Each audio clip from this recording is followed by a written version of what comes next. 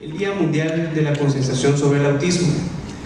El Colegio de Pediatras de Yucatán, comprometido con esta causa, trae esta noche la presentación de la ponencia Trastorno del Espectro Autista, Estrategias y Detección, e intervención a cargo de la doctora Lorena Elizabeth Carranza Hernández. La doctora es médico pediatra egresada del Hospital Cristos Muguerza, avalado por la Universidad de Monterrey. Es especialista en pediatría del desarrollo por el Hospital Infantil de México, Federico Gómez, y cuenta con el posgrado en autismo y conducta en el George Brown College de Toronto. Doctora, bienvenida a nuestro estado y bienvenida a nuestro colegio.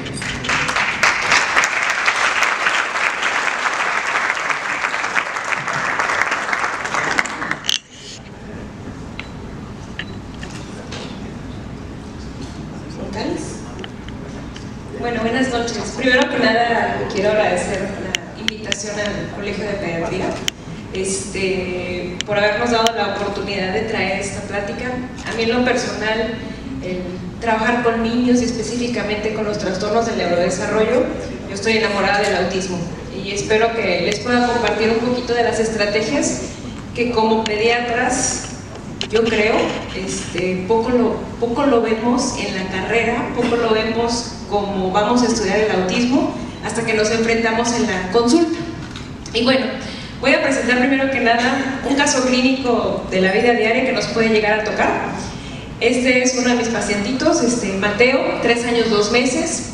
Es un niño que el motivo de consulta yo creo que ya nos ha llegado como pediatras, el niño difícil, el niño berrinchudo, que así ya nos lo tacharon en el kinder, ¿no?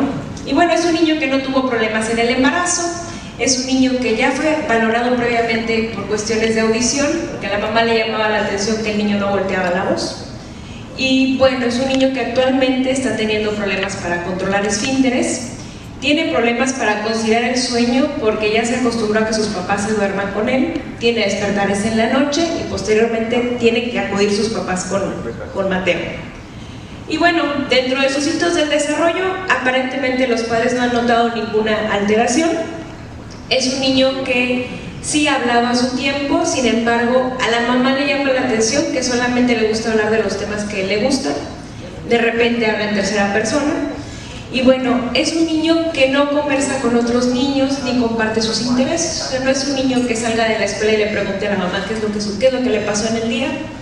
No detectan alteraciones en habilidades motores gruesas y le gusta mucho dirigir a los niños mientras juega y si no le hacen caso se va. Es un niño muy sensible, esto lo comenta la mamá que cada que le cortan el pelo se está quejando y es una tortura y parece que le están echando fuego. Le gusta mucho trepar, no mide el peligro y se le dificultan muchísimo los cambios de rutina. Y bueno, este niño nunca ha tenido algún tratamiento médico, no ha tenido algún tipo de intervención. Y bueno, es un niño que en preescolar la maestra lo tiene, o más bien lo refiere como el niño tímido o el que está jugando ahí solito. Y en cuestión de la familia, pues aparece ahí una hermanita hace 15 meses, que tiene 15 meses, perdón. Tiene un primo hermano con diagnóstico de trastorno del espectro autista y un padre con aparente diagnóstico de depresión y ansiedad. Y bueno, yo les traje este caso porque si nos ponemos a pensar en estos niños en la consulta, pues no es el caso clásico de autismo. Es un niño que a lo mejor pudiéramos llegar a pensar nosotros, pues puede ser un niño que a lo mejor le faltan límites a los papás, o es el niño con TDAH que anda corriendo y que se anda subiendo por todos lados y a lo mejor por eso se tardó en algunas cuestiones, o es el niño que puede tener problemas de temperamento, puede ser el niño tímido, entonces, o puede ser que le afecte a la hermanita de 15 meses. En esta edad, en los menores de 3 años, se nos solapan muchísimos diagnósticos y es ahí donde se nos pueden escapar específicamente los niños con autismo ligero. Este niño posteriormente le hicimos un diagnóstico de autismo y quisiera que se llevaran algunas de las perlas de cómo podemos hacer estos diagnósticos a temprana edad. Lamentablemente en México el diagnóstico de autismo se hace aproximadamente a los 5 años. Las principales referencias que tenemos de niños con autismo son los maestros y las preocupaciones de los padres aparecen aproximadamente al año y a los 2 años de edad. Entonces hay una brecha bastante grande al llegar al diagnóstico. Se calcula que aproximadamente pasan los niños con autismo por 20 especialistas antes de llegar al diagnóstico. Y es un diagnóstico que nosotros como pediatras tenemos la responsabilidad de lograr. Tenemos dos síntomas principales que yo creo que todos los ubicamos. Uno va a ser un problema en la comunicación, pero específicamente en la interacción social. Y por otro lado tenemos los patrones que son restrictivos y repetitivos. Ubicamos tres puntos principales, estos son los criterios del DSM-5. Y bueno, para tener problemas en comunicación, estamos hablando que tenemos que tener problemas en reciprocidad socioemocional, y esto lo vemos desde bebés. O sea, en el momento en el que un bebé balbucea, ubiquemos un bebé de 6 meses y nosotros estamos ahí preguntándole, ay, ¿qué estás diciéndome? Y el bebé está contestándonos. Vemos también deficiencias en conductas no verbales, deficiencias también en cuestión a nivel de gestos, y tenemos que pensar que son niños que sí quieren interactuar. Tenemos que olvidar ese punto que el niño con autismo es el niño que quiere estar solo. Y por otro lado, los patrones restrictivos o repetitivos lo podemos ver a niveles de estereotipias en lenguaje, estereotipias motrices, y ahorita vamos a desglosar todos estos, los intereses fijos y la respuesta sensorial anormal. Cuando estamos hablando de síntomas sociales, vamos a tocar primero lo que es el contacto visual.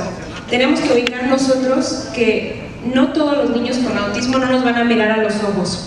Tenemos niños con autismo que sí ven a los ojos, pero a lo mejor el contacto visual no es adecuado. Cuando consideramos un contacto visual adecuado es de por lo menos 2 segundos. Y a veces cuando estamos haciendo estas evaluaciones y los papás están viendo que vamos por ahí buscando el diagnóstico de autismo, ellos te dicen, oye, es que justo ahorita que te agachaste a escribir, vio a los ojos. Y nosotros, si nos ponemos a pensar en un niño cualquiera, o sea, nosotros que tenemos experiencia como pediatras, el contacto visual está constante. O sea, no por agacharnos se nos va a pasar un contacto visual. La relación con pares, preguntarle a la mamá, ¿cómo juega tu niño? Y generalmente dicen, no, sí juega con sus amiguitos. Tenemos que saber muy bien cómo es el juego, si tiene un juego con imaginación, si es un niño que a lo mejor solamente sabe jugar a un juego, o es un niño que solamente sabe jugar con adultos, solamente interactúa con los adultos. Problemas para solicitar, sean los niños que tienen capacidades verbales o no verbales. Algunas veces dice el papá, pues sí, la verdad es que generalmente pone sus manos sobre mi mano y me lleva el objeto, es un niño muy independiente. Tenemos que estar averiguando todas esas pequeñas cosas.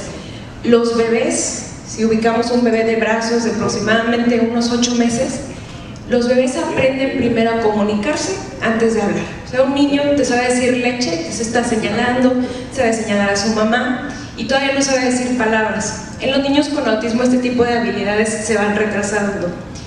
Recordemos que tenemos 2 tipos de maneras de apuntar. Uno se llama protoimperativo, que es para pedir, y el otro es el protodeclarativo, que es para compartir. Entonces, el proto empiezan desde la sonaja, viendo causa-efecto, lo aviento, déjame ver en dónde cayó, y, bueno, ¿y qué podemos ver en los juegos? Bueno, ¿sabes qué? Es que mi hijo solamente juega con una parte específica del juguete, le encanta darle vueltas a la ruedita, pero todavía no es capaz de hacerle al carrito, no puede hacer sonidos, no pueden imaginar. Batallan muchísimo con los juegos de imaginación. Yo tengo niños que a lo mejor ya están haciendo torres o castillos con los legos y de repente llego yo y digo, a ver, va a llegar este peluche y mira, va a volar. Y volteo, pero es que es un peluche, ¿cómo quieres que vuele? O sea, eso no se puede hacer. Y luego tiene que ser todo muy literal. Y es ahí cuando nosotros tenemos que llegar a abordar con ellos que esos niños lamentablemente pueden llegar a disfuncionar en la escuela. Porque hay habilidades que ya se espera que hagan, por ejemplo, cuando están en el kinder, ya se espera que a lo mejor sepan jugar con un carrito, sepan jugar carreritas, y ese tipo de cosas nosotros las tenemos que empezar a abordar. A lo mejor, digo, ahí es la tercera foto, es un niño que su único juego es acomodar las cosas de mayor a menor. Tengo otros niños que les encanta ir a acomodar las cosas y ponerlas en lugares bien particulares. Y tengo una mamá que me dice, ay, cómo me hubiera encantado que mi hijo fuera de los que acomodara, la verdad es que nada más avienta las cosas. Entonces tenemos, a final de cuentas, y la parte esta del espectro, vamos a tener una variedad de comportamientos y podemos encontrar cosas muy sutiles, cosas muy llamativas, y nosotros tenemos que buscar las sutiles. Bueno, en las cuestiones sensoriales tenemos que buscar en todos los sentidos qué es lo que está sucediendo. podemos encontrar, yo creo que el que más conocemos nosotros es el contacto visual, pero podemos también encontrar que a lo mejor se queden absortos viéndose la nada, y ahí también tenemos que buscar diagnósticos diferenciales. No será una crisis de ausencia, que es lo que está sucediendo, que a lo mejor se acomodan de ladito para ver ciertas cosas específicas. Yo creo que muchos conocemos a los niños que se tapan los oídos cuando sonó la licuadora, y es ahí cuando dice el papá, es que no es sordo, porque pues la verdad es que sí escucha ciertos ruidos. O tenemos el otro extremo, que son los niños que van a buscar, o sea, búsqueda sensorial, para buscar cosas para escucharlas. Yo la otra vez iba con un niño con Asperger, y él iba caminando y de repente se queda parado y me dice, ¿escuchas? Y dice, es la impresora. Y yo, pues nunca la he notado, ¿no? Pueden detectar esas cosas muy sutiles, los sonidos blancos. Alteraciones a nivel del gusto. Algunos niños, si lo empezamos a interrogar, son los niños que a lo mejor tenían problemas con las papillas, que no tanto el sabor, sino que le detectaron un pedacito y la escupieron, o son muy selectivos. O tenemos el otro extremo a nivel del gusto, los niños que están explorando todo con la boquita, niños que les encanta girar, esto es más vestibular. Ya les comentaba cuestiones a nivel del tacto, que no les gusta que le corten el pelo, o andan tocando todo tipo de texturas, que les encanta caminar de puntitas. Y estas son algunas de las cosas que podemos encontrar a nivel sensorial. Ojo ahí, volvemos a lo mismo, es nada más estar buscando. Se ha visto que ha aumentado la prevalencia. En Estados Unidos, en el 2018, es la última, se calcula 1 en cada 59 niños. O sea, pues cada 2 salones de la primaria, pues por ahí tenemos algún niño con autismo. Y en México se calcula 1 en cada 110, siempre siendo más importantes los trastornos del neurodesarrollo en los hombres, 4 a 1, y se calcula que la recurrencia es casi de un 20 o 30%. El último punto es muy importante. Se ha visto que 50% de los padres van a mostrar preocupaciones antes del año de edad. Usualmente nos enseñan a ver a nosotros enfermedades, que si la faringitis, que si la diarrea, y nosotros nos detenemos en estos puntos. Para los 2 años de edad, el 90% de los padres ya dijeron algo tiene mi hijo. Entonces, este tipo de evaluaciones ya se les ha otorgado una sensibilidad muy alta. Si ustedes tienen un papá que tiene una preocupación, abórdenla.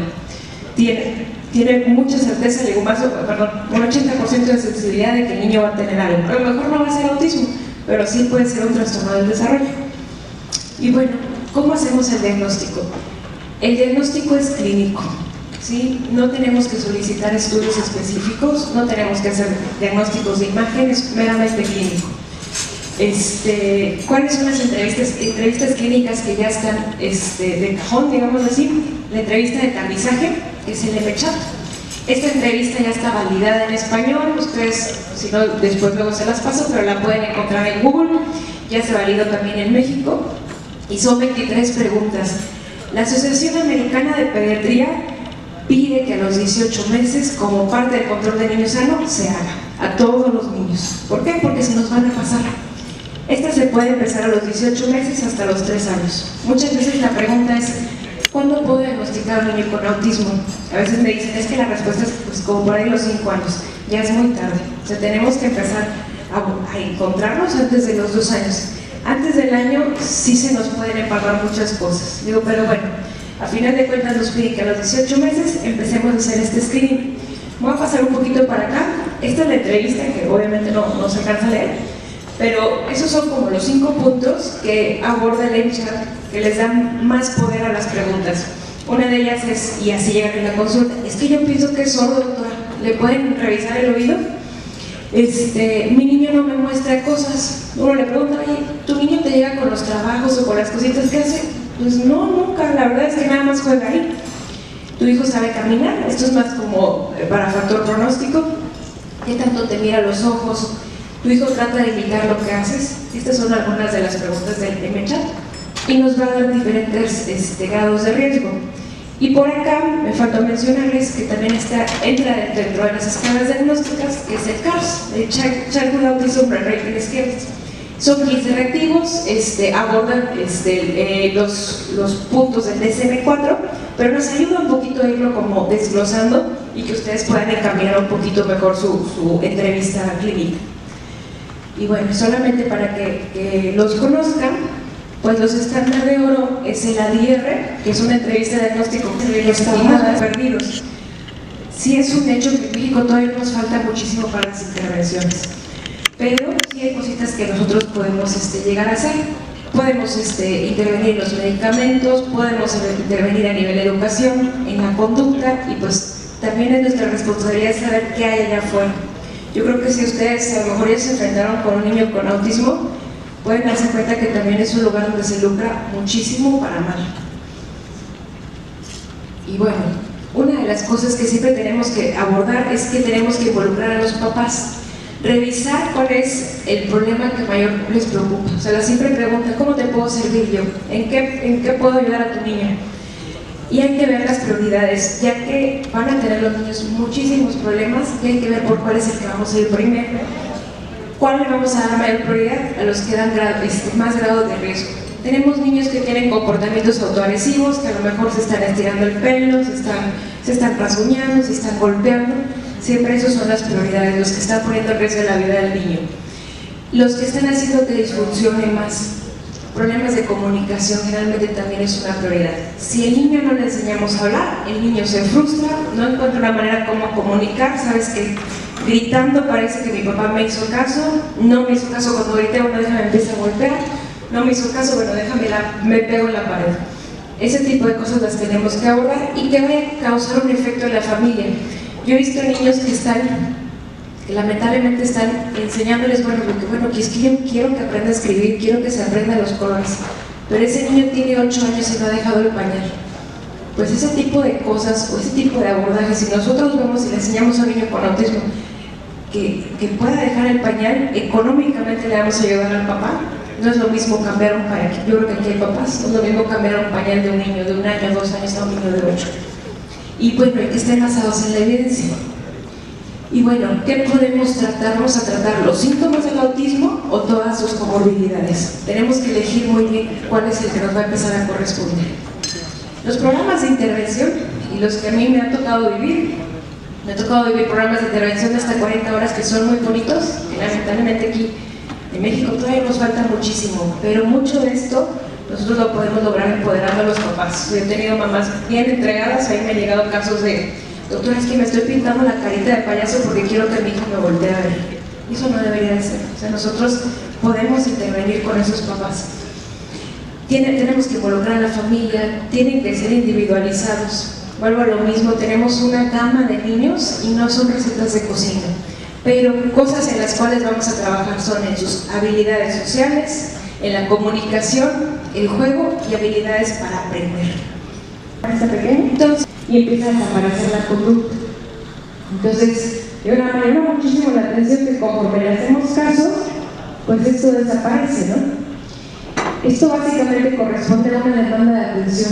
Si nosotros se lo puntualizamos al papá, que todas esas conductas de llanto, de grito, tiene un porqué, o sea, no aparecen de la nada, ¿sí?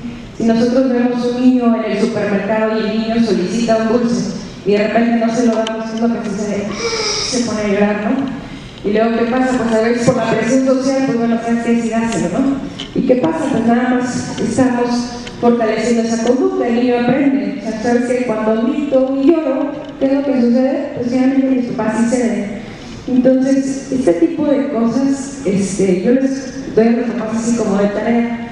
Ve la conducta, ve qué fue lo que pasó antes y qué hiciste después, para ver que esas conductas no las estemos perpetuando. La otra vez que llegó una mamá y me dice, es que me dijeron que el niño tiene autismo y toda la vida se va a golpear. Eso no debería de ser así, hay que ver a qué atiende esa conducta. La respuesta pivote de la comunicación igual es en base a la motivación de los niños. A veces el niño llega y el niño está estirando, el niño está solicitando, y usualmente los papás, o sea, no perdemos a los niños con autismo, pensamos en cualquier bebé, señala y el papá de volada, toma, es que es. Entonces, no estamos enseñando nada, se empiezan a volver reyes, ¿no? Nada más están ahí señalando, ¿no? Algunos de los errores que se cometen cuando les queremos enseñar a hablar es que los papás le preguntan, ¿qué es? Hasta que me digas qué es, se lo voy a dar. El niño se frustra y se enoja porque pues no sabe qué es, ¿no? Entonces, o tengo niños con autismo que aprenden a decir qué es, no saben, ¿qué es? Sin saber, ya pregunta, no, pero ya aprendió a decir qué es, ya sabe que la palabra mágica es qué es. Lo que hay que checar es que los ojos, si tu niño va por la pelota, se la detienes y le mencionas pelota, antes de que se la vayas a dar. Pelota una segunda vez buscando un contacto visual y posteriormente se la das, buscando por lo menos una vocalización en los niños. Hay otras cosas que se llaman las historias sociales, y usualmente nada más necesitamos también enseñarle al niño qué es lo que va a pasar. Les digo, no quiere decir que un niño con autismo no quiera socializar, no quiere decir que un niño con autismo, digo, yo tengo niños que nada más quieren hablar de volcanes, digo, pero hay que enseñarle que sus amiguitos también quieren hablar de otras cosas, y esas cosas se les tienen que explicar. Y hay que capacitar a los padres. Le entregan al doctor Miguel, como quiera, y luego tienen los correos. Hay excelentes materiales que ya están en línea, que ya están en español, que se los podemos pensar a los padres para empezar a empoderar. Yo los empecé a leer, como pediatra te sirve muchísimo saber qué alternativas y qué opciones les puedes dar a los papás de los niños con autismo para empezar a mejorar la calidad de la vida. Pues nada más tenía la muela y el niño estaba mordiendo, nada más estaba pegando porque no sabía cómo decirlo. Tenemos que estar conscientes de las terapias complementarias y alternativas. Hay páginas, hay una página muy buena que ahorita se las anoto, que tiene todas las terapias desglosadas con el costo, el beneficio, impacto y no impacto. Yo he tenido niños que les dicen, si se toma cloro con agua funciona. Claro que eso no funciona. Entonces, eso es evidente. Yo creo que a todos decimos, pues no hagas eso, ¿no? Pero hay otras que dicen, oye, bueno, y la musicoterapia y la quinoterapia, ¿le servirá o no le servirá? Ese tipo de cosas también nos corresponde a nosotros investigar. Y pues buscar tener impacto en la calidad de la vida del niño y de su familia. A mí esta frase en lo personal me gusta muchísimo. Dice, cuando has conocido a un niño con autismo, has conocido solamente a un niño con autismo. Son muy, muy diferentes, son maravillosos. Yo he tenido cátedras con los niños con autismo y no me dejan de sorprender. Inclusive los que no hablan, les invito muchísimo a que se conecten con ellos. Gracias. Bueno, representa realmente un reto para nuestra práctica profesional. Tenemos tiempo para unas preguntas.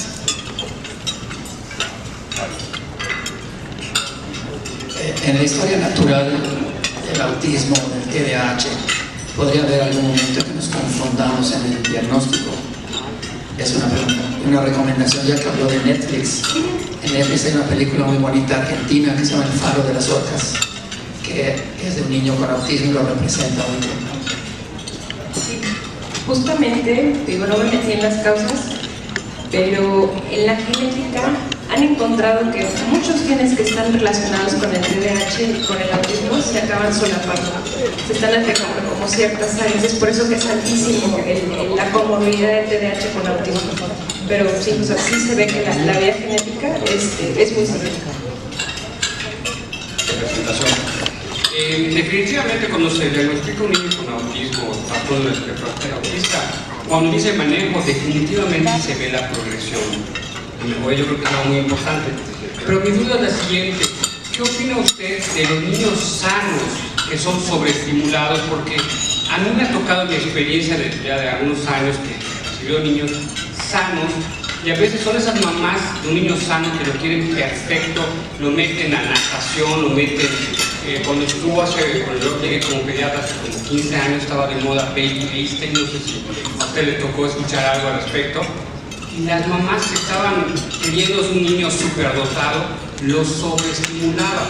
¿Usted cree que en niños sanos es posible que puedan sobreestimularse, causando problemas con el desarrollo y mejor empeorar a este niño? Creo que la pregunta es muy buena. Y también, digo, como lo que tocó ese punto, específicamente con las tecnologías, hemos visto un impacto para mal a nivel del lenguaje. ¿Qué es lo que vemos? Digo, no específicamente con el Baby Einstein, pero no es una estimulación, lo que buscamos ahora es una interacción. Entonces, a veces dice la mamá, pues es súper inteligente, hasta sabe abrir el iPad, y le mueve, busca YouTube. La verdad es que al final de cuentas esos aparatos para eso lo hicieron, para que fueran sencillos. Y ahora vemos niños que pasan 4 horas, 5 horas, o la frase terrible de ya aprendió a conectar el iPad y se puede quedar hasta 6 horas. ¿Y qué vemos? Tenemos niños, no con autismo, pero niños que se les dificulta muchísimo la socialización. Si tienen ese tipo de pacientes, hacemos magia como doctores y le dicen, ¿sabes qué? Quítale el iPad. Y empiezan a socializar, empiezan a platicar un poquito más. El simple hecho de decirles, mételo a la guardería, mételo en un ambiente con más niños, empieza a hacer un impacto en la socialización.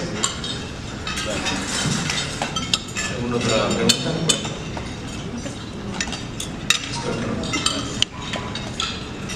¿Listo? El Colegio de Pediatras de Yucatán, miembro de la Asociación Mexicana de Pediatría, otorga la presente constancia a la doctora Lorena por su excelente ponencia. ¿Te acerca? Acércate.